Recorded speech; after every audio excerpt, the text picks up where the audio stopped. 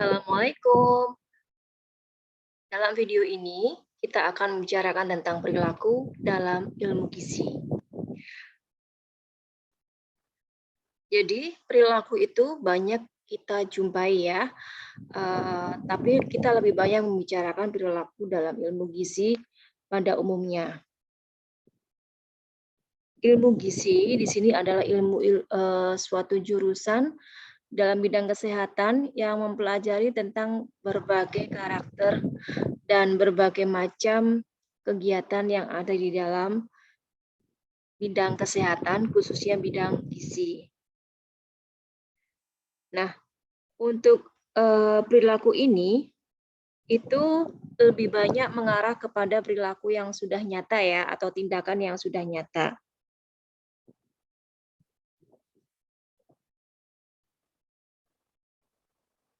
Awalnya perilaku ini kita pelajari dalam ilmu psikologi ya. Dalam psikologi itu kita mempelajari banyak perilaku, khususnya perilaku yang mengalami gangguan. Tapi di dalam ilmu gizi ini yang kita pelajari adalah perilaku yang mengarah kepada kesehatan dan khususnya pada ilmu gizi itu sendiri. Oke.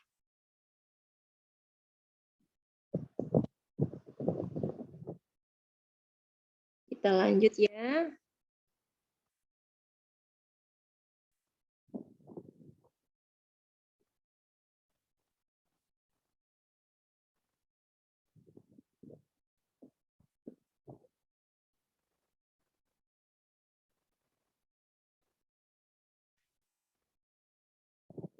Nah, sekarang kita mempelajari apa sih perilaku itu?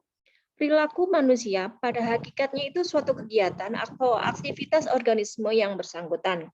Jadi perilaku manusia itu merupakan aktivitas dari manusia itu sendiri. Nah, perilaku manusia mempunyai bentangan yang sangat luas, bisa mencakup bermain, berjalan, belajar, berpakaian, dan banyak lagi.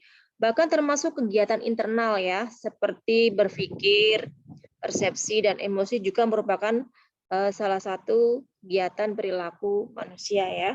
Jadi untuk kepentingan analisis dapat dikatakan bahwa perilaku itu adalah apa yang dikerjakan oleh organisme, baik yang diamati secara langsung ataupun yang dapat diamati secara tidak langsung.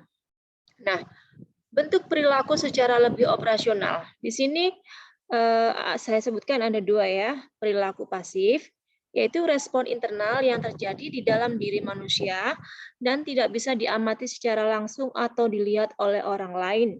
Misalnya, pengetahuan, sikap, berpikir, dan tanggapan. Contohnya, ya, seorang ibu tahu bahwa air susu ibu adalah makanan terbaik bagi sang bayi. Ya, itu merupakan perilaku pasif ya. Kemudian yang kedua yaitu perilaku aktif, yaitu perilaku yang dapat diamati atau dilihat dengan jelas secara langsung. Misalnya, tindakan atau kegiatan praktek. Contohnya ya, seorang ibu memberikan ASI eksklusif kepada bayinya sampai bayinya berumur 6 bulan. Ya.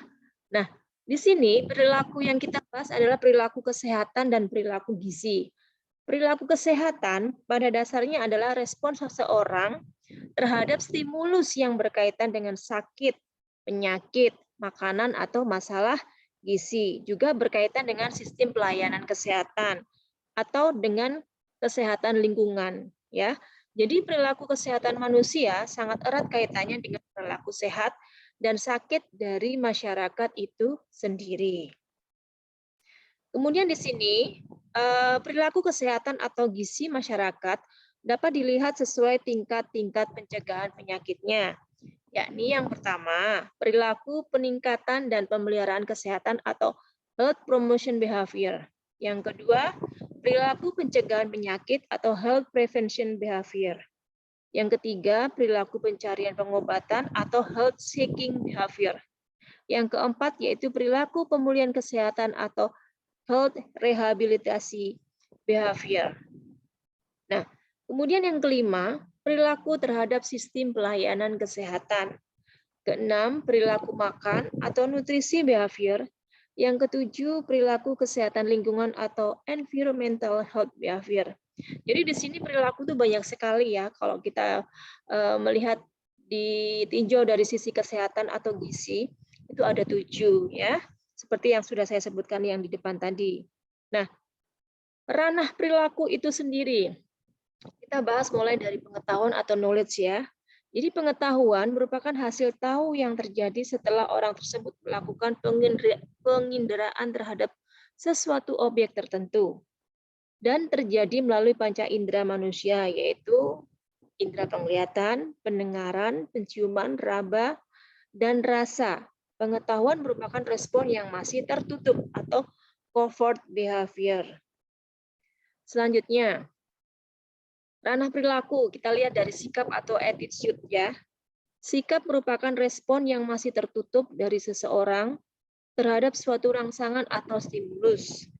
Menurut Newcomb, salah seorang ahli psikologi sosial, mengatakan bahwa sikap itu merupakan kesiapan atau kesediaan seseorang untuk bertindak.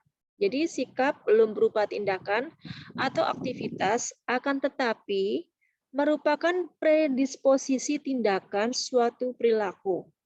Jadi sikap itu merupakan reaksi tertutup ya, atau yang disebut dengan covert behavior.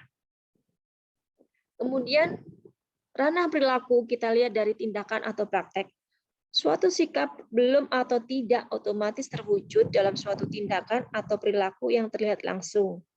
Overt behavior. Jadi agar sikap dapat terwujud menjadi tindakan atau praktek, diperlukan faktor-faktor pendukung lain atau suatu kondisi yang memungkinkan seperti adanya fasilitas, sosok penguat atau support, dan sebagainya ya di sini. Kemudian di sini kita akan berikan berikut tabel ranah perilaku dan tingkatannya. Nah, di sini ada bentuk-bentuk perubahan perilaku ya. Yang pertama ada alamiah atau natural change. Jadi bentuk perubahan perilaku seperti ini disebabkan oleh kejadian alamiah. Contohnya saat ini terjadi perubahan lingkungan fisik, sosial, dan ekonomi. Kemudian perubahan perilaku secara terencana atau planned change ya. Jadi perubahan perilaku ini memang terjadi karena sudah direncanakan oleh subjek. Jadi contohnya seperti ini.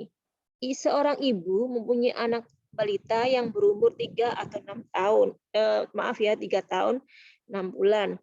Jadi pada usia ini ibu itu sudah merencanakan bahwa anak ini harus diajari berperilaku secara benar. Contohnya misalnya kalau kita dalam adat Jawa, ketika ada seseorang yang datang bertamu, pasti kita akan menyambut mereka, kemudian kita mengajari kepada anak-anak untuk ayo salim, salim, gitu ya, berjabatan tangan dan mencium tangan yang datang. Kalau yang misalnya orang yang lebih tua, tangan datang kemudian dicium atau diletakkan di ini ya, di jidat ya, seperti itu. Kemudian yang ketiga, di sini ada kesediaan untuk berubah. Jadi perubahan perilaku itu ada yang kesediaan untuk berubah atau readiness to change ya. Setiap orang mempunyai kesiapan yang berbeda untuk melakukan perubahan. Contohnya, berkumpulnya sekelompok ibu-ibu saat mendengarkan penyuluhan dari petugas gizi ya. Biasanya memang sudah dikondisikan. Jadi ada semacam pengumuman atau informasi. Jadi ibu-ibu nanti setiap awal bulan kita akan bertemu di kelurahan, pendopo kelurahan untuk mendengarkan penyuluhan dari petugas gizi atau petugas pelayanan yang lain, kesehatan yang lain untuk mendengarkan atau menyaksikan kegiatan-kegiatan praktek yang berhubungan dengan kesehatan. Itu merupakan salah satu kesediaan untuk berubah atau readiness to change ya. Selanjutnya nih, strategi perubahan.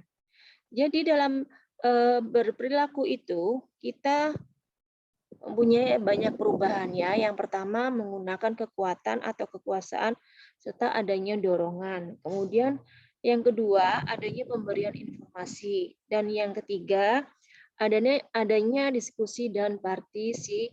partisipasi ya. Jadi dalam kita berperilaku itu banyak sekali faktor-faktor yang dapat dilakukan untuk melakukan perubahan ya. Salah satunya di sini saya sebutkan 3, yaitu menggunakan kekuatan atau kekuasaan dan dorongan, pemberian informasi, diskusi, dan partisipasi. Nah, itulah sedikit gambaran yang bisa saya berikan perilaku kesehatan dalam ilmu gizi ya. Jadi sebenarnya masih banyak lagi yang saya akan ceritakan dalam berperilaku, tapi intinya seperti itu ya. Jadi bahwa dalam berperilaku itu mempunyai banyak macam-macam yang harus kita siapkan. Jadi berperilaku itu tidak harus mengarah kepada perilaku yang yang sudah ada, tapi juga berperilaku dalam ilmu gizi itu juga ada. Ya, demikian. Terima kasih. Sampai bertemu lagi pada video yang akan datang. Assalamualaikum warahmatullahi wabarakatuh.